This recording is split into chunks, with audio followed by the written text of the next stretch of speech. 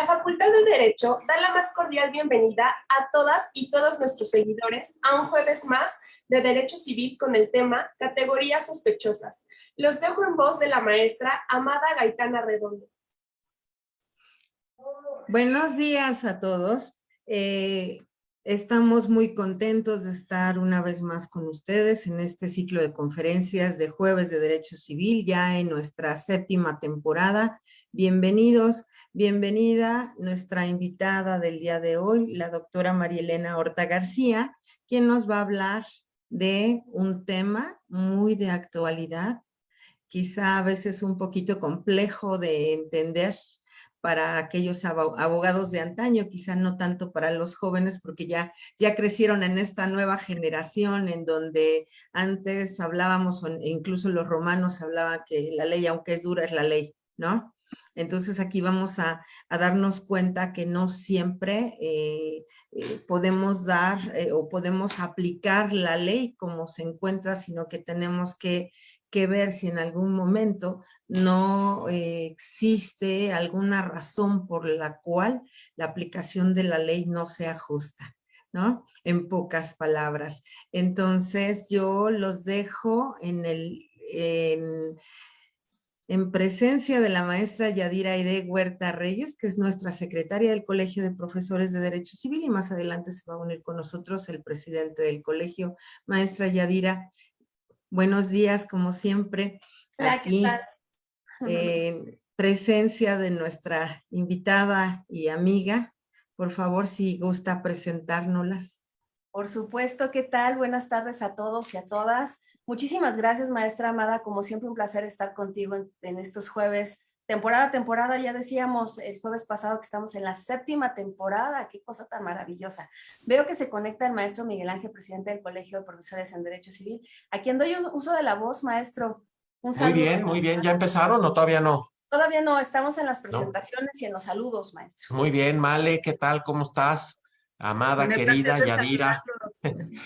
Qué gusto, pues aquí estamos en nuestro primer jueves o segundo, ¿verdad? Segundo, claro. Síguele, Yadi, síguele, aquí estoy. Perfectísimo. Bueno, pues ya hizo la presentación nuestro querido presidente, que además siempre está muy ocupado. Tiene la mala fortuna de querer trabajar. No sé por qué le gusta hacer eso y está todo el tiempo ocupado. Entonces, bueno, afortunadamente y siempre con ese compromiso que tiene, está presente con nosotros jueves a jueves. Como bien lo decía la maestra Amada, tenemos y hablando del tema que nos aboca el día de hoy, tenemos una invitada de primer categoría, de primer nivel, ¿verdad? Porque se trata de la doctora María Elena Horta García, quien es una de nuestras grandes maestras en Derecho Civil, Derecho Familiar, que forma parte también del Colegio de Profesores en Derecho Civil. Pero antes de darle el uso de la voz a la maestra, tenemos que darle las gracias, por supuesto, al doctor Raúl Contreras Bustamante, que nos permite estos espacios, que nos apoya, que difunde la cultura y que está al pendiente todo el tiempo de que efectivamente las transmisiones se lleven a cabo. También al doctor Ricardo Rojas Arévalo, quien también, y gracias a su apoyo, estamos jueves con ustedes, a la maestra Lorena Redondo, el día de hoy a Valeria, te mando un besote, gracias por apoyarnos, y bueno, pues a la mano de la maestra Amada Gaitán, tenemos el honor de tener el día de hoy a la maestra, vuelvo a repetir, doctora María Elena Horta García, quien nos hablará de las categorías sospechosas. Doctora, un tema sumamente importante, trascendental, del cual no se ha hablado mucho, pero que ya empieza a aterrizar conceptos de la Suprema Corte de Justicia. Doctora, bienvenida, le doy el uso de la voz. Así es, muy buenos días, de verdad es un verdadero placer el poder compartir con mi colegio, el Colegio de Profesores de Derecho Civil de la Facultad de Derecho, esta difusión de temas tan interesantes que además impactan definitivamente en el desarrollo de la sociedad. Y bueno, maestra Yadira, gracias por su presentación. Por supuesto, con todo nuestro agradecimiento a nuestro señor director, el doctor Raúl Contreras Bustamante, a nuestro secretario general, el doctor Ricardo Rojas Arévalo, a mi querida Lore, que gracias a la cercanía, y la queremos tanto y nos ayuda tanto, que bueno, pues se lo agradecemos muchísimo. Y bueno, no puedo omitir este reconocimiento a nuestro presidente, el maestro Miguel Ángel Beltrán Lara. Dicen que cuando hay un buen capitán, el buque siempre llega a buen puerto.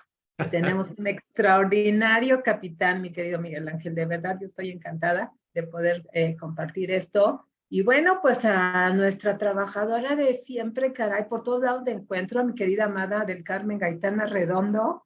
No sé cómo le hace, yo creo que tiene horas de 48, digo días de 48 horas, porque por todos lados anda. Y a nuestra siempre guapa Yadira Aide Huerta Reyes. Muchísimas gracias. Y vamos a entrar al tema. Sí, efectivamente es un tema muy controvertido y se dice que es de mucha actualidad. Bueno, pero decimos que es de mucha actualidad. ¿Por qué? Porque para los que no somos millennials, el concepto de categorías sospechosas es totalmente ajeno a nuestra cultura jurídica, porque no lo contemplábamos, no obstante que en nuestra Constitución el fundamento ya estaba dado desde hace muchísimo tiempo, pero como que no se había hecho presente, como que no se había visualizado en un momento determinado, y a la fecha no terminamos de concretar conceptos.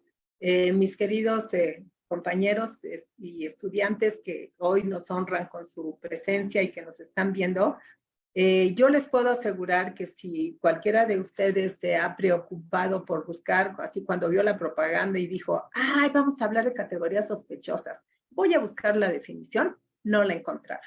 Y no la encontraron porque no hay algo que nos diga, esto es una categoría sospechosa. O sea, sí hay algún análisis, alguna situación, conceptos afines, pero yo les podría decir así como entrada nada más para que lo vayamos trabajando durante esta sesión, ¿verdad? Que las categorías sospechosas son las situaciones que se presentan en la vida práctica y que estando protegidas por una ley, existe alguna presunción de inconstitucionalidad sobre esas leyes. Entonces, se pueden comprender una o varias condiciones que identifican a las personas sobre las que no sería razonable realizar distinciones de derecho. Pero, sin embargo, y esto sí tenemos que aclararlo, al emitir alguna restricción para grupos particularmente vulnerables o con limitaciones al acceso o a ciertos derechos que puedan generar excepciones, que puedan ser considerados violatorios a los derechos humanos o al principio de igualdad, bueno, pues también corremos el riesgo de afectar a algunos otros grupos de personas en particular. Y ya lo vamos a ver, porque esta inquietud por hablar de las categorías sospechosas surge a partir de algunas resoluciones de la Suprema Corte de Justicia de la Nación, ¿verdad? Que dice, no, pues por categoría sospechosa, porque la ley está contemplando una discriminación en torno a esta figura, entonces voy a resolver en contra de lo que cualquiera de los que tradicionalmente estamos litigando, estamos ejerciendo la práctica forense del derecho, pues esperaríamos, ¿no? Entonces es un poco difícil contemplar esto. Efectivamente, en nuestro plan de estudios, pues no se contemplaba esa categoría, este término. Incluso muchos de los alumnos se les pregunta si han analizado ya a nivel de posgrado este término y pues, lo que me dicen es, no, pues nunca, o sea, para nada lo hemos analizado. Y a pesar de que es un término técnico, les puedo decir que es muy útil en la vida práctica y sobre todo para todos aquellos que se dedican a la práctica forense. Es bien importante. Y decimos que es una concepción nueva de la interpretación que se le da a la aplicación del derecho, porque esto se visibiliza a partir de la reforma al artículo 1 constitucional, ¿sí? Cuando se contempla ya el respeto a los derechos humanos y se cambian términos, o sea, estamos recibiendo a partir de 2011 una cultura diferente, podría yo decir, ¿no? Diferente a la que tradicionalmente manejábamos, y por eso andaba yo buscando desesperadamente mi código, mi constitución, porque sí quiero compartir con ustedes, pues, el último párrafo, ¿verdad? Que tiene prácticamente, que es el fundamento de estas categorías sospechosas y que es el principio de igualdad. El último párrafo dice, queda prohibida toda discriminación motivada por. Y aquí nos da una serie de situaciones en las que puede la regulación de estos grupos atentar en contra de los derechos humanos o en contra de la equidad o de la igualdad. Y nos dice, no pueden ser discriminados, ¿por qué? Por su origen étnico o nacional, por el género, por la edad, ¿verdad? Y esto lo tenemos y lo estamos viviendo a diario, porque México es un país que está envejeciendo y entonces pues somos muchos los que ya rebasamos los 60 y a lo mejor los 70 o los 80 y estamos pues siendo víctimas de nuestra propia regulación. ¿Por qué? Pues porque no tenemos una adecuada protección en un momento determinado. Por discapacidad, igual, realmente la regulación en protección a los discapacitados, a las personas discapacitadas, pues en razón de la antigüedad de la rama de estudio que tenemos, pues es muy reciente, muy, muy reciente. Tampoco se puede ser discriminado por la condición social, la condición de salud, la religión, ¿verdad? Que recuerdan ustedes aquellas guerras terribles que vivió nuestro país, las guerras cristeras que decían, o eres católico o no eres católico, y entonces vas a sufrir las consecuencias, y fueron masacres sociales verdaderamente terribles. Por las opiniones, por las preferencias sexuales, otra situación que también podríamos decir que es de la época moderna.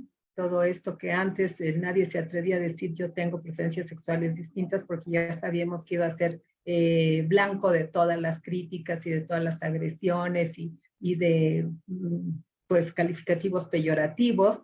Y bueno, pues afortunadamente todo esto está cambiando a raíz de esta modificación. Lo mismo, y en esto voy a centrarme durante la charla, nadie puede ser discriminado en razón del estado civil, ¿sí? ¿Y por qué me voy a centrar en esto? Pues precisamente porque a raíz de una resolución de la Corte en donde se determina que una persona que no tiene el vínculo matrimonial, el nexo conyugal, con la formalidad establecida por la ley y que solamente vive en una situación de hecho como pareja, es discriminada porque no tiene los mismos derechos que la persona que sí contrajo el vínculo matrimonial con toda la formalidad establecida por la norma. Entonces, este es un clarísimo ejemplo de lo que son las categorías sospechosas, ¿verdad? Porque dice uno, bueno, pues si el Código Civil de toda la vida ha regulado el concubinato, por ejemplo, ¿verdad? Y el concubinato es una situación de hecho con consecuencias de derecho en las cuales no se reconocen determinados derechos a la pareja o a la concubina o al concubino. Entonces, ¿qué quiere decir? Que hay una categoría sospechosa. ¿Por qué? Porque se le está discriminando en razón de su estado civil. Esto sale del contexto de nuestra mentalidad y generalmente lo que decimos es, caray, esto sí nos está generando un conflicto porque no es lo que yo estaba acostumbrada a aplicar como abogada, como postulante, y tampoco es lo que me enseñaron en la escuela, pero pues tenemos que aprender a adecuar nuestra forma de pensar y a ser analíticos, ¿sí? Entonces, ¿cuáles son los conceptos afines? Bueno, pues la dignidad humana. Justamente eso es lo que se está protegiendo y no podemos dejar que se menoscaben los derechos y las libertades de las personas. Por eso es por lo que se ha modificado la forma de cómo el juzgador debe aplicar la norma y de que ante la duda de que una disposición ya consagrada, ya contenida, ya regulada, podríamos decir derecho positivo, derecho vigente, ahí está, pero si nos apegamos a los principios de derechos humanos y al contenido en el artículo 1 constitucional, pues nos encontramos que puede ser discriminatoria. Y al poder ser discriminatoria ya es una categoría sospechosa. Por eso les decía yo que es difícil definirlas, pero a lo mejor con ejemplos es más fácil. Luego decimos, bueno, es que esto es muy reciente.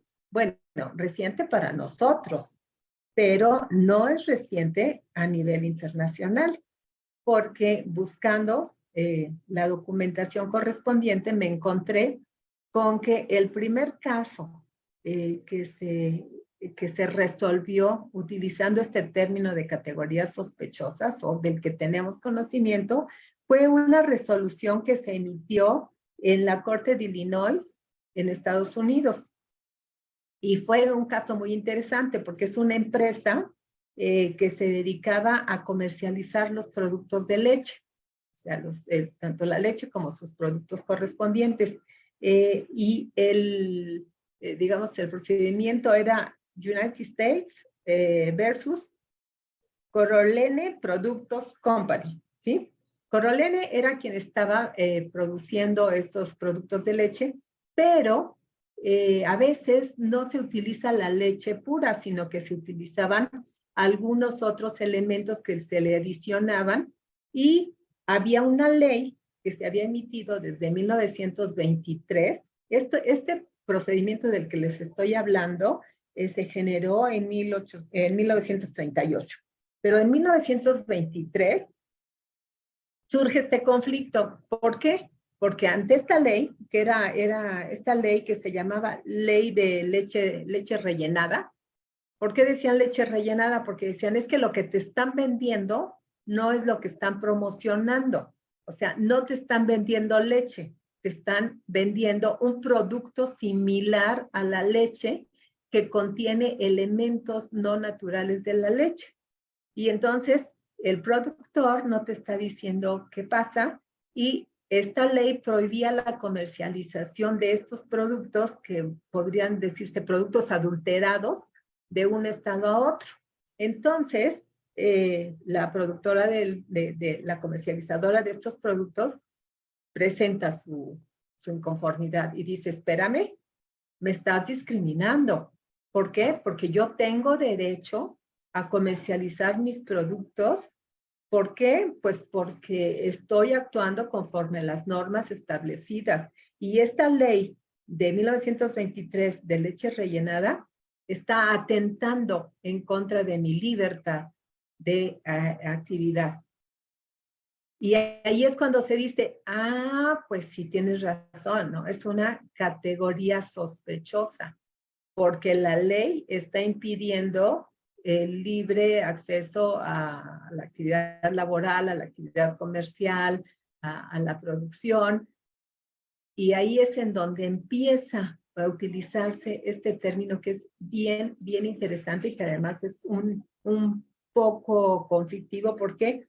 Porque había una clara negativa a la igualdad. O sea, la empresa decía, bueno, pues es que yo puedo competir con todos mis pares en condiciones de igualdad y esta ley no me lo está permitiendo, es discriminatoria. Y entonces, ante esta situación, pues obviamente que ellos se inconformaron y haciendo este planteamiento, fue procedente para la evolución y creación de las categorías sospechosas, que nazca lo que se llamó el escrutinio estricto, ¿sí?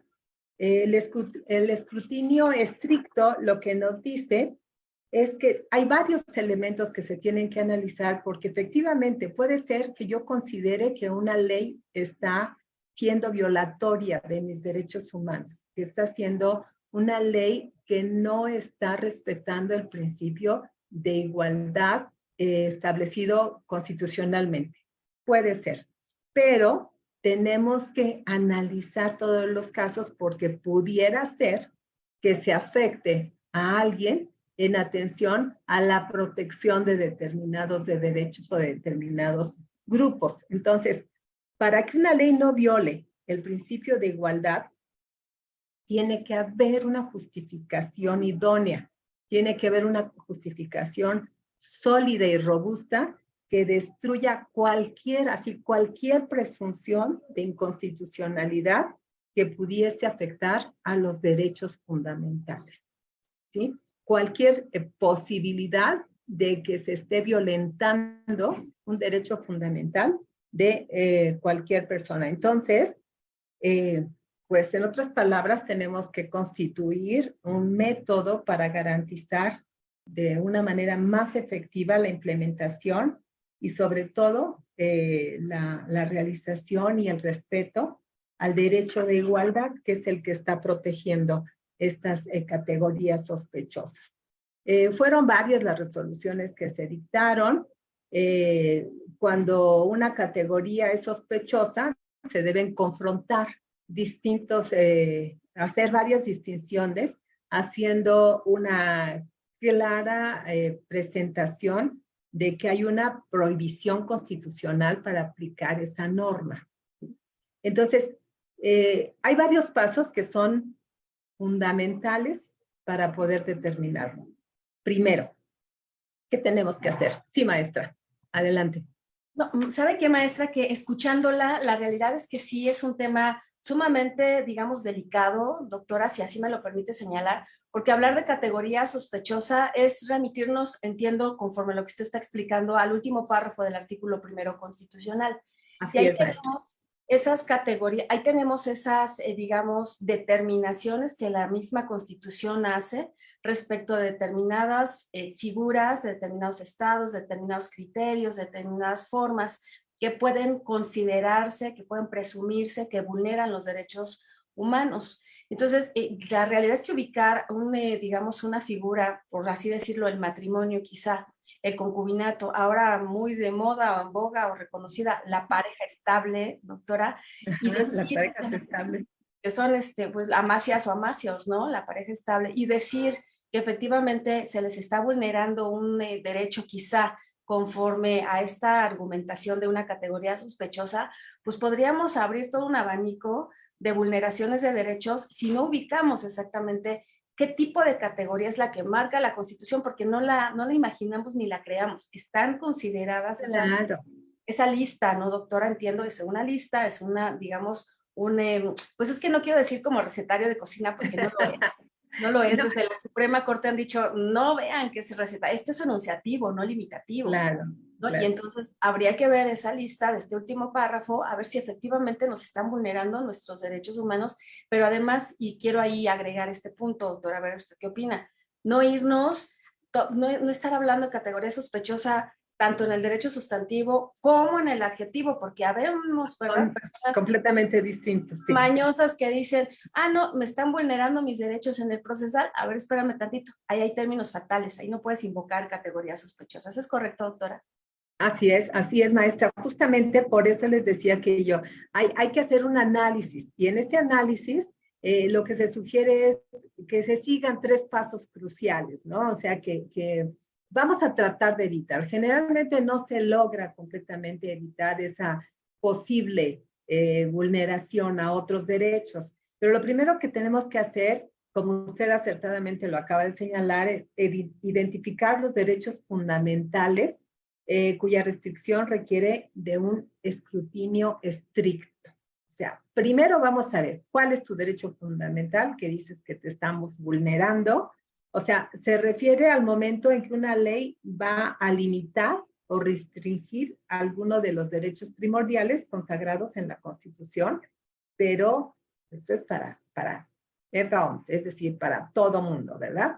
Es lo primero que tenemos que hacer. A ver, si efectivamente te están vulnerando, porque como usted acertadamente también lo señalaba, dice, bueno, a lo mejor soy abogado litigante y se me pasó un término y luego digo, no, es que me estás vulnerando mis derechos porque no me estás dando oportunidad de que yo comparezca y cumpla con ese requisito. No, espérame, a ver, ¿cuál es tu derecho fundamental?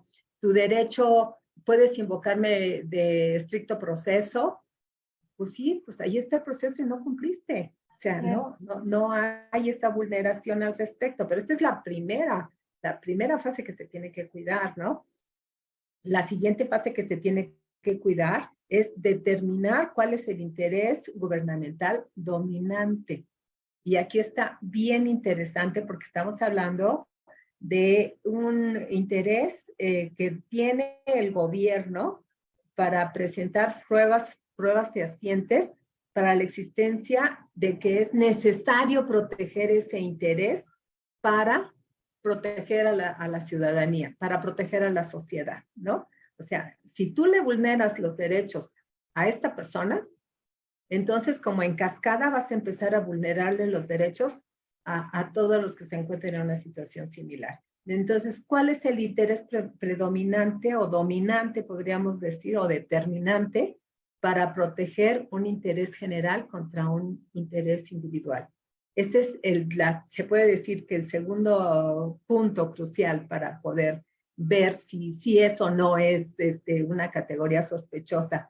Y el tercero, yo diría, determinar si la ley es necesaria para que se preserve ese interés dominante. Y aquí vamos a entrar justamente a esta situación que se nos presentó en una resolución que fue la que causó gran revuelo, que se emitió en el estado de Puebla, justamente en razón de que una persona que tuvo una relación estable, podríamos llamarle, porque fue constante, porque estuvo mucho tiempo viviendo con un señor que estaba casado, y ella demanda el pago de alimentos. Y entonces se dice que el juez le dice que no le puede fijar alimentos, pensión alimenticia, en razón de que ella no tenía el vínculo matrimonial con esta persona y por lo tanto tampoco podía ser considerada concubina porque él era casado. Y la corte determina que hay una categoría sospechosa y dice, ¿sabes qué? Te están vulnerando tus derechos en razón del estado civil, porque no puedes ser discriminada por no tener un vínculo matrimonial cuando fuiste una pareja estable. Pero fíjense aquí, bueno, aquí surge el conflicto total y bueno, las que somos familiaristas luego brincamos y dijimos, a ver, espérenme tantito, ¿cómo está esto? De acuerdo, se está protegiendo el interés, los derechos de la persona que demandó, pero entonces, ¿qué pasa con los derechos de la cónyuge? ¿Qué pasa con los derechos de la que sí siguió las normas establecidas, las disposiciones contenidas en nuestro código y sí celebró un vínculo matrimonial y su estabilidad estuvo determinada en forma congruente por los dispositivos legales? Entonces, por eso, mi querida maestra, estamos ahorita en una parteaguas entre lo que estábamos acostumbrados a hacer y lo que se va a hacer a futuro. ¿Por qué? Porque aquí lo interesante es proteger los derechos humanos de todos los seres humanos. En cambio, nuestros dispositivos, nuestras leyes, muchas veces no estaban contemplando esta situación o bien, pues es que la ley es un producto, yo le llamaría un producto que nace de acuerdo con las circunstancias tanto temporales como geográficas y sociales, por supuesto, ¿no? Entonces, está respondiendo a una realidad que estamos viviendo y que ya no podemos regresarnos. Aunque no nos guste, tenemos que analizar estas situaciones. Sí, maestra. Y es que la realidad, escucharla, esto se antoja, lo bueno es que tengo aquí mi refresco, ¿no? Se antoja una plática sabrosísima, doctora, porque mire usted, está señalando algo muy interesante, el derecho es dinámico y constantemente lo señalamos en aulas, ¿no?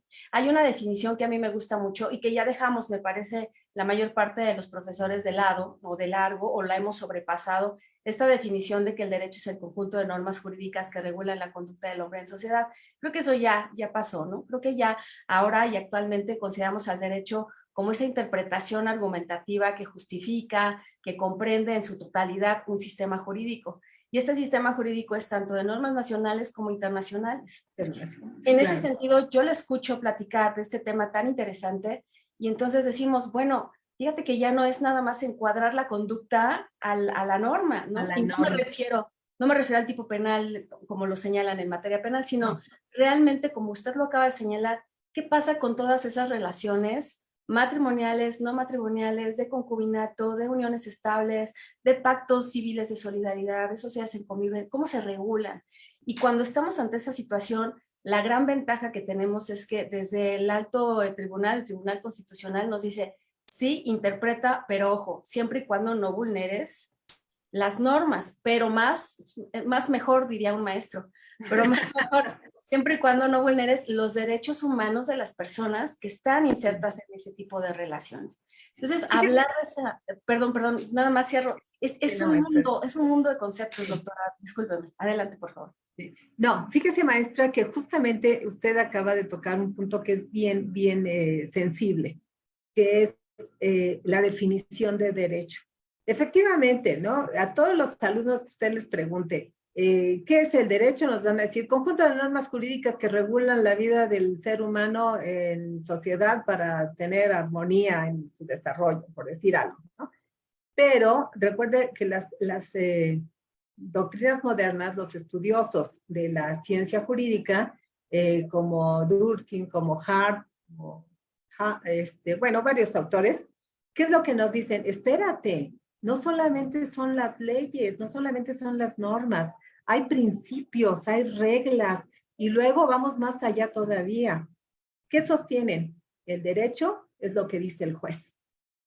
Fíjense hasta dónde llegamos, ¿no? Y qué importancia tiene el Poder Judicial en la determinación de cómo va a ir evolucionando el desarrollo de nuestra ciencia y cómo vamos a ir adecuando todas estas figuras para una debida protección a la sociedad, que es lo más difícil que podemos encontrarnos, ¿no? Y lo clásico, o sea, ¿qué es primero? ¿La norma jurídica o el desarrollo social? ¿O qué encausa qué?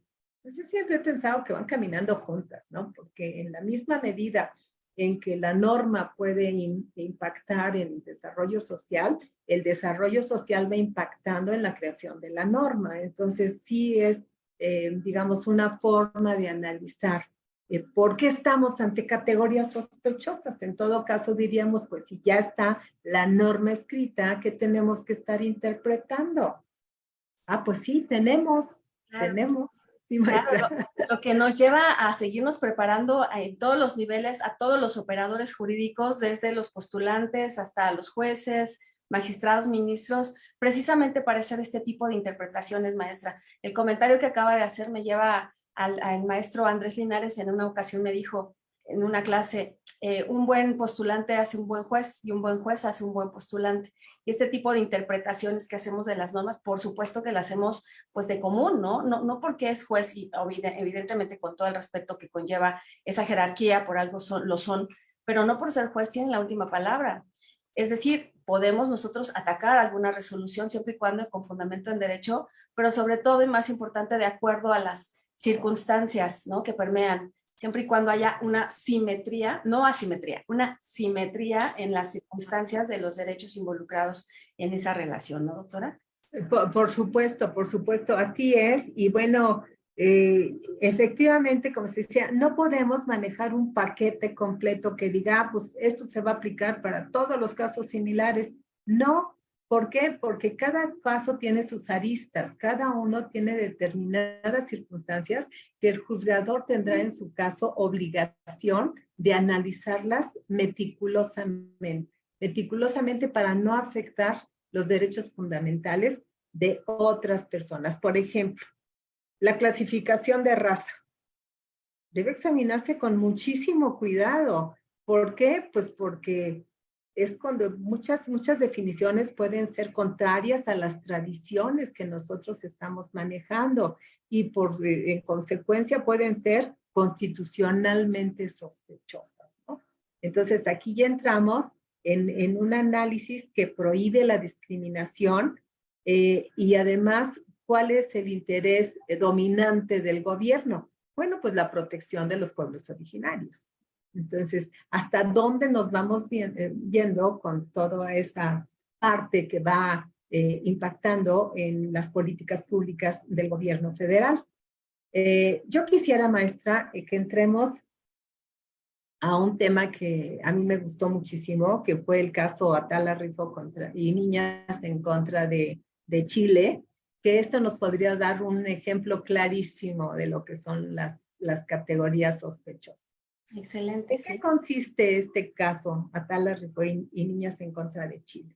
Bueno, pues es una señora, ¿verdad?, que vive en un vínculo, que tiene un vínculo matrimonial con el padre de sus hijas, y como no sucede nunca, ¿verdad?, decidieron separarse, decidieron disolver el vínculo matrimonial. ¿Y qué pasa?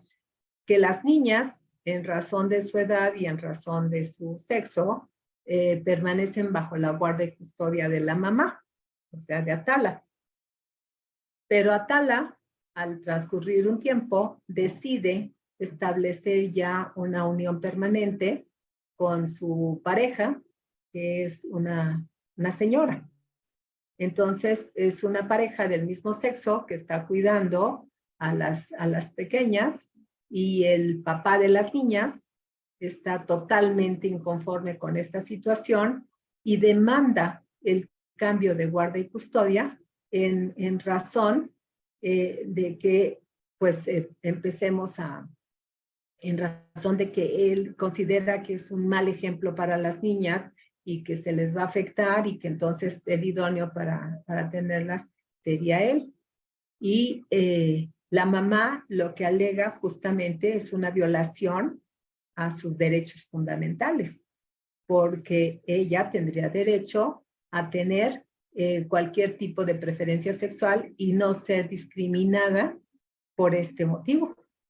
Entonces, fíjense nada más que interesante. Yo les sugeriría a los alumnos, ¿verdad?, que están viendo esto, los compañeros de las distintas, de los distintos ámbitos de estudio del derecho, pues que se den un tiempecito y que lean estas resoluciones que emite la Corte Interamericana de Derechos Humanos, pues para que sepan, ¿verdad?, que ahí estamos, para que vean que estamos, ¿cómo se llama?, trabajando en razón de buscar la igualdad y la equidad.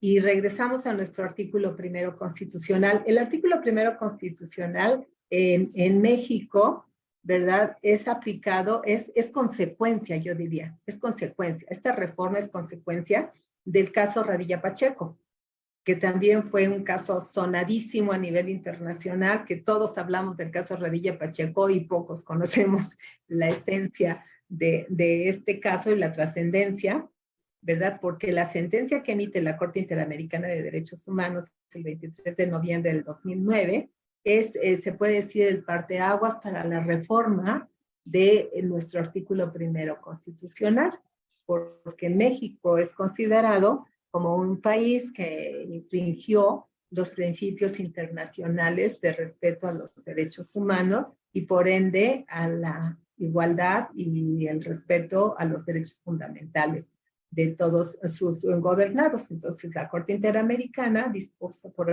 unanimidad emitir una sentencia en donde, como reparación del daño en contra del Estado mexicano, lo condena a cumplir con una reforma constitucional que se ve coronada el 10 de junio del 2011.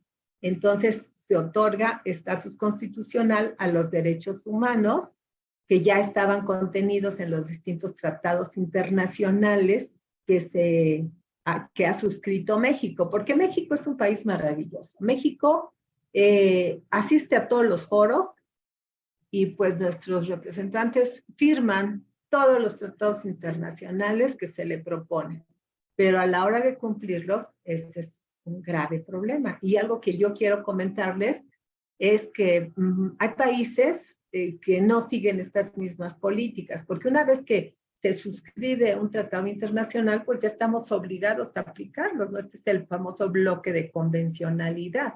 No solamente voy a aplicar como juzgador las leyes nacionales, la Constitución y las leyes que de ella emanan, sino al emitir una sentencia tengo que tener presente los principios contenidos en los diversos tratados internacionales que ha suscrito México. Entonces, aquí es en donde empezamos a tener algún problema, y por eso es de que pues, lo que se solicita es que se modifique y que se tome en consideración todo para que en el momento de juzgar no se violente ninguno de los derechos fundamentales de los gobernados. Entonces, en razón de esto, se modifica el primero y el quinto párrafos del artículo primero constitucional de nuestra Constitución, que es la Constitución Política de los Estados Unidos Mexicanos, ese es el nombre correcto, pero en relación al tema planteado, o sea, el quinto párrafo es el que dice lo siguiente, y esto se los voy a leer, aquí lo tengo. Dice, queda prohibida, ¿recuerdan? Toda discriminación motivada por todos los conceptos que ya manejamos, por su origen étnico, nacional, por género, edad, discapacidad, condición, etcétera, etcétera, etcétera, o cualquier otra que atente en contra de la dignidad humana y que tenga por objeto anular o menoscabar los derechos y libertades de las personas. Entonces, de acuerdo con lo anterior, se hace referencia a que en el territorio mexicano no tiene que existir ningún tipo de discriminación. Esa es la teoría, ¿verdad? Dicen que el derecho es el mundo del deber ser, porque luego nos alegan eso. Es que la Constitución dice y no se cumple. Bueno, el hecho de que no se cumpla o que no se respete no quiere decir que no debe ser, ¿sí? Esa es la norma, justamente. Ah. Y, sí, maestra, perdón. No, Entonces, claro. ajá. Entonces, la Suprema Corte de Justicia de la Nación ha considerado que cuando hay algún tipo de discriminación en cualquier norma, de cualquier materia que sea, se considera como una categoría sospechosa, ¿sí? Y aquí entramos a las categorías sospechosas en materia familiar, que la verdad para mí son muy, muy delicadas, porque están afectando el núcleo, la célula fundamental de la sociedad, aunque ahora los jóvenes luego digan, no, yo me voy a vivir contigo, pero no me caso, ¿verdad? No me caso, ¿por qué? Pues porque no quiero compromisos. Pero recuerden que una familia que empieza bien, va a seguir bien, o al menos ese es el supuesto. Ese es el supuesto del que estamos partiendo todos. Y en materia familiar, bueno, pues pueden surgir muchas categorías sospechosas, como es el caso del estado civil, como es el estado de la edad, como es el estado de la preferencia sexual, como es ¿qué otra cosa pudiéramos tener ahí como una categoría sospechosa? También, la pensión alimenticia. la pensión alimenticia. Es lo que se pelea. También. Sí. Sí, y hay normas, y en particular, maestra, refiriéndonos a la pensión alimenticia, pues aquí hay más categorías sospechosas que nada. ¿Y saben por qué? Porque no hay una definición de muchos aspectos que están violentando los derechos fundamentales de los gobernados. Por ejemplo, cuando una madre de familia va y demanda una pensión alimenticia para sus 3 hijos y el juez, sin un parámetro y sin una regla clara, dice, pues te voy a fijar un 10% de pensión alimenticia de lo que gane el deudor alimentario. Oye, espérame, son 3 hijos y una mujer que se ha dedicado al hogar y que ha estado cuidando a sus hijos y que tenía un estatus socioeconómico determinado y que cuando el señor decidió retirar todo el apoyo económico, se quedó, como dicen por ahí, en el nirvana, ¿no? Ya no tiene ni para dónde hacerse. Eso es una categoría sospechosa. ¿Por qué? Porque entonces el señor va a decir, pues sí, pero pues, yo les voy a dar lo que puedan, no lo que diga la juez, o a lo mejor la juez pone, o el juez pone una cantidad muy alta y pues tampoco se puede. Entonces, cuando no hay una determinación de normas que estén apegadas a nuestra Constitución y que sean claras y precisas para que el gobernado sepa cuáles son las consecuencias de una conducta, entonces vamos a seguir en categorías sospechosas. No hay otra. Así tendríamos que estar. ¿Por qué? Pues porque de alguna forma pues vamos a tener problemas con la discriminación. O se discrimina al deudor o se discrimina al acreedor o pues los dos quedan totalmente en el aire, ¿no? Entonces, como resultado de esto, yo podría decir que las categorías sospechosas se deben de entender pues más bien que se trata de una norma autoaplicativa que va a producir una afectación permanente y que trasciende en el tiempo. Eso pudiéramos contemplarlo en un momento determinado, porque sería uno de los requisitos que se tendrían que analizar para poder pues establecer estas condiciones, ¿no? Entonces, híjole, es que definirlo es bien difícil, maestra. La verdad, ¿cuántas veces he tratado de dar una definición exacta? Otra forma como podríamos manejarlo es que las categorías sospechosas son todos aquellos grupos de sectores vulnerables que han sido históricamente marginados, discriminados o excluidos por algún rasgo puntual o específico que van dañando la propia dignidad humana en relación con el carácter evolutivo de una evidente desventaja respecto a las costumbres y tradiciones que impone la sociedad misma. Y de esto podríamos encontrar miles de ejemplos. Por ejemplo, en los usos y costumbres de los pueblos originarios, podríamos encontrar muchas categorías sospechosas. El caso de que la mujer tiene que estar en su casa y que no puede dedicarse a otra actividad si no tiene la autorización del varón, y de que las niñas no van a escoger con quién formar una pareja, sino de que son los padres los que la van a imponer, y que hay pequeñas de 12, 13 años que están en una edad en la que deberían estar jugando con muñecas, ser felices y no preocuparse por otra cosa, y ya en lugar de la muñeca están arrullando un bebé, ¿no? Todas estas cosas las tendríamos que contemplar en el momento en que estamos hablando de estas categorías. Entonces, sí tiene que haber una justificación y tiene que haber una protección en un momento determinado a todos los derechos fundamentales, pero les decía yo, hay un hilo muy delgadito que nos está separando entre la protección y la afectación de esos derechos fundamentales, porque tiene que haber, se tiene que analizar si la causa está debidamente justificada, o que si carece de una razonabilidad, o que si es discriminatoria, ¿sí? ¿Por qué? Porque cuando hablamos de la discriminación estamos hablando de dar un trato desigual a una persona o colectividad por motivos raciales, religiosos, políticos, de edad, de condición física, etcétera, ¿no? Entonces podemos explicar que la discriminación es el trato que la sociedad ha hecho con grupos vulnerables en un enfoque desigual, con el fin de segregarlos o de marginarlos, ¿sí? Entonces, es difícil manejar estas categorías sospechosas porque tendríamos que ver primero cuál es el origen, o sea, cuáles son los derechos fundamentales que se están violentando. Podría ser el origen étnico nacional, ya Confucio lo decía, ¿verdad? Que por nacimiento somos iguales, pero como por costumbre somos distintos. Así lo establece este sabio, y efectivamente pues hay muchas cuestiones que se podrían analizar. Ahora, categoría sospechosa por género.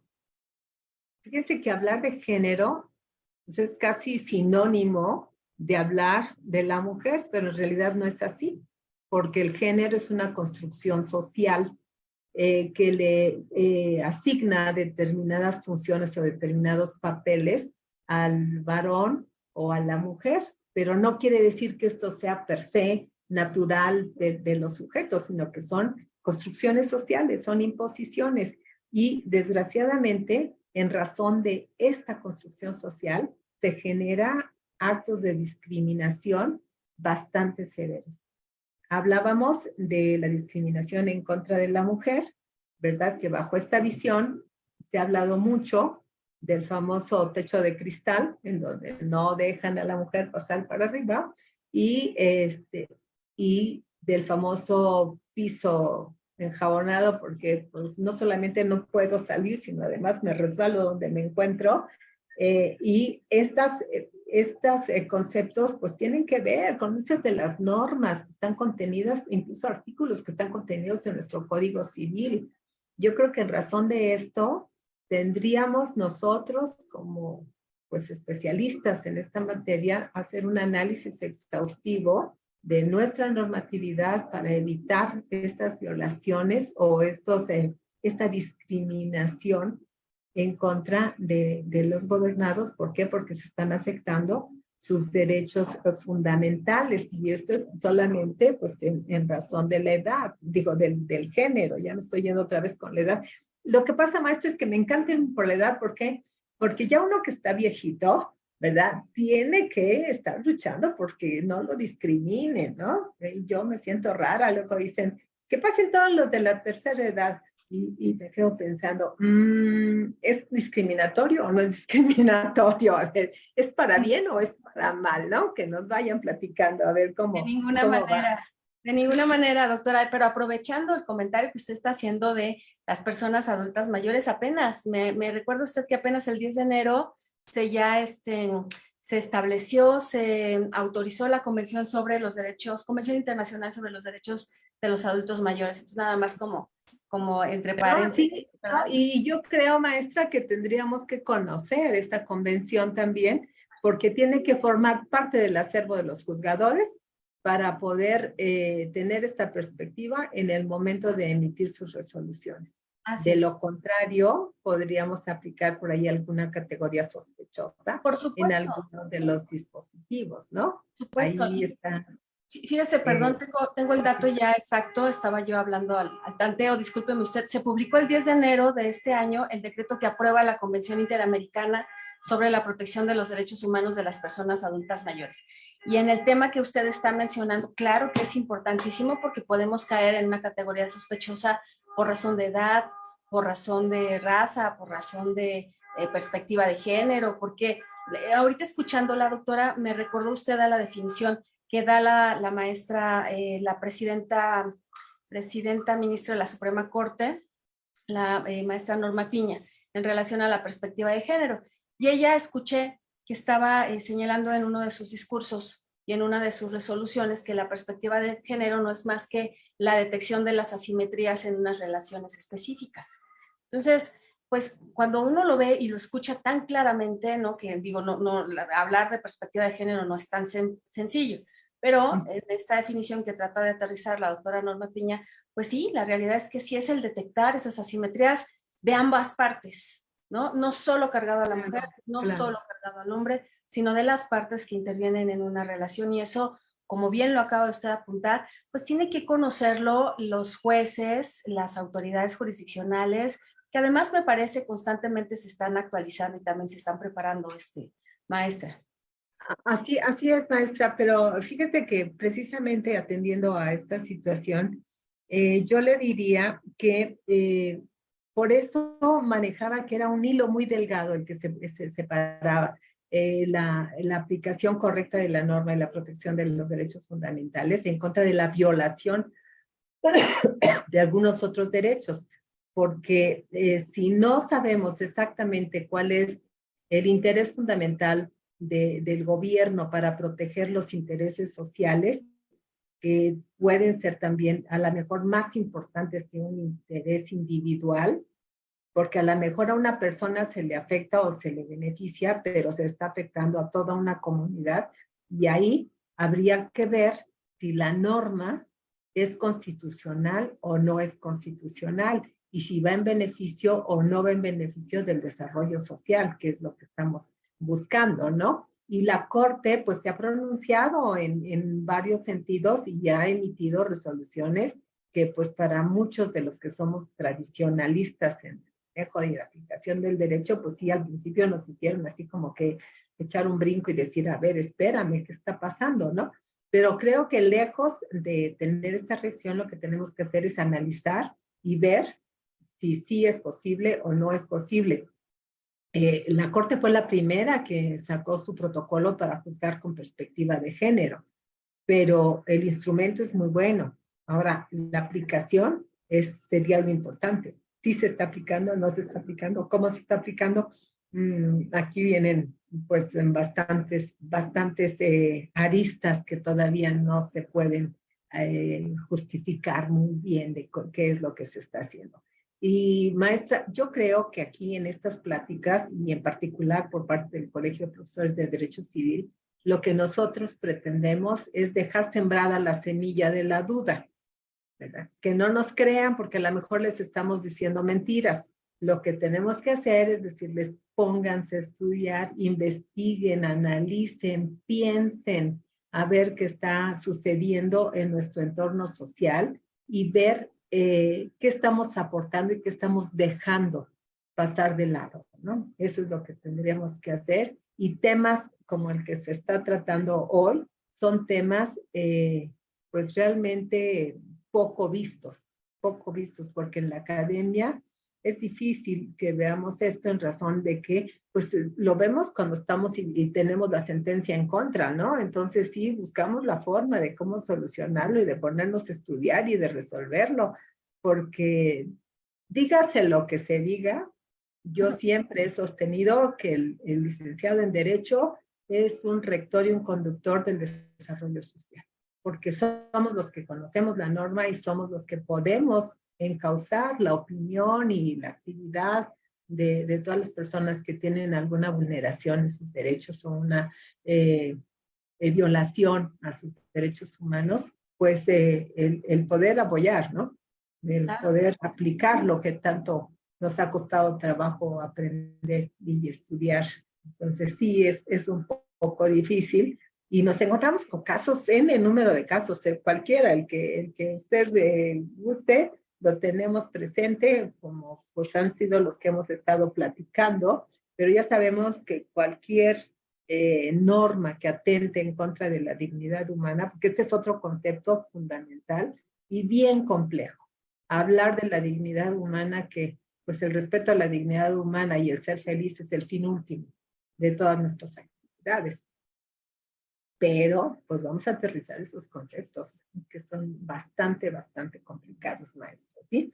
Entonces, por eso tenemos que ver cuando salen a la luz estas categorías sospechosas, tenemos que ver cuál es la diferencia, si hay justificación y cuál es la causa de la discriminación que está vulnerando los derechos de los gobernados. Eso es lo que estamos viendo, sí, maestra. No, es que de verdad platicar escucharla, pues nos lleva a muchas reflexiones. Hace un momento, retomando sus palabras, doctora, decía usted, es que no nos crean, ¿no? Bueno, claro, como académicos, pues estamos obligados a decir de dónde sacamos la fuente y mostrarlo, claro. Pero bien lo señala usted, se dice por ahí, no recuerdo si fue Ortega y Gasset, doctora, cuando enseñamos algo a alguien, hay que enseñarle a dudar de lo que uno enseña, ¿no? Precisamente para que ellos investiguen, para que ellos puedan inclusive hasta discutir con el profesor. Ya no es lo que el magíster dicta, ¿no? Ya es lo que precisamente va evolucionando, el conocimiento de la norma, también la posibilidad de argumentar en pro, en contra, pero sobre todo nutrirnos y desarrollarnos constantemente. Y por último me lleva este comentario de el maestro Manuel Atienza, que en relación a la dignidad humana dice que es un concepto puente, porque señala que es una obligación derecho precisamente que tenemos todos los seres humanos de desarrollarnos a nosotros mismos como personas, pero que además tenemos la obligación de ayudar a los demás individuos a contribuir en el desarrollo de ellos mismos. Entonces, a mí me gusta esa definición de dignidad humana. Pero y el Estado tiene la obligación de tener las políticas públicas adecuadas para obtener este medio, este caldo de cultivo que tiene que permear en toda nuestra sociedad. Creo que mi maestro Miguel Ángel Beltrán está alzando su manita, o no sé si fue. ¿Sí? Sí, muchas gracias. Es que nosotros aquí estamos emocionadas, plática. Exactamente.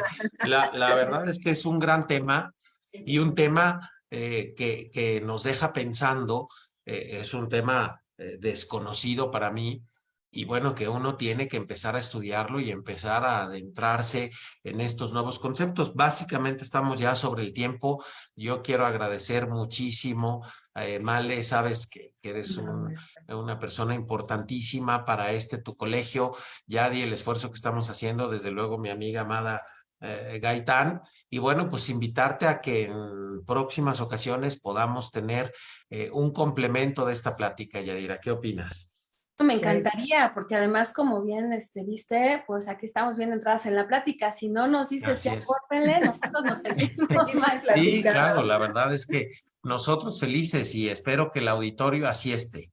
Espero que el auditorio y que pues invitar a todos a escuchar nuestros jueves de Derecho Civil hoy en la tarde, a las 7 de la noche, nuestro programa Contrafirma que conduce el maestro Vicente Solís. Y bueno, pues aquí estamos y seguimos a sus órdenes. Pues ojalá y se hicieran más programas, pero pues ustedes saben, a mí lo que me apasiona es el derecho familiar, el derecho sucesorio y cualquier cosa que yo pueda aportar a mi colegio, con todo el amor del mundo, aquí estoy. Muchísimas gracias. Gracias, Yadi. Yo las dejo 2 minutitos.